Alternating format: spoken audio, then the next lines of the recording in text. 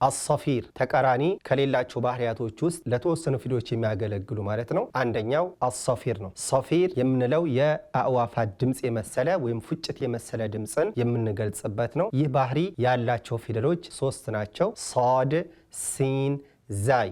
እነዚህ 3ቱ ፊደሎች የድምጻቸው ሁኔታ እንደምታዩት የሚሰማ ነው። ጠንከር ያለ ድምጽን ያላቸው የሚሰሙ የሆኑ ፊደሎች ናቸው። ሐታ ድምጻችንን ዝቅ አድርገን እንኳ በመናነብባቸው ቃላቶች ውስጥ የሚገኙ ከሆነ የነዚህ ፊደሎች ድምጽ ጎልቶ ይወጣል። ይሄም ጥንካሬያቸውን የሚገልጽ የሆነ ነው። ስናነባቸው ሷድ፣ ሲን፣ ዛይ እነዚህ ፊደሎች ስትመለከቷቸው እንደሚሆነው የደመቀ የሆነ ድምጽን ያላቸው የሆኑ ናቸው። ምሳሌ የሷድ ድምጽ ልክ እንደ ነስር ድምጽ የሆነ ነው ይላሉ።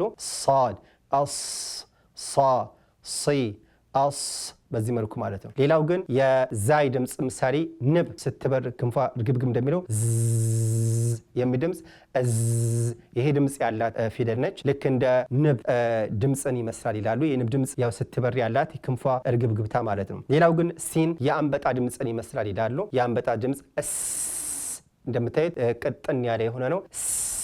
ይሄ የአንበጣ ድምጽ ጋራ ያመሳስሉታል። ቀጭና ደማቅ የሆነ የፉጨት ድምጽ ነው ማለት ነው። طيب እነዚህ 3ቱ ፊደሎች ሶፊር ባህሪያቸው ነው ሲባል ድምጻቸው እጅግ ድምቅ ያለ ነው።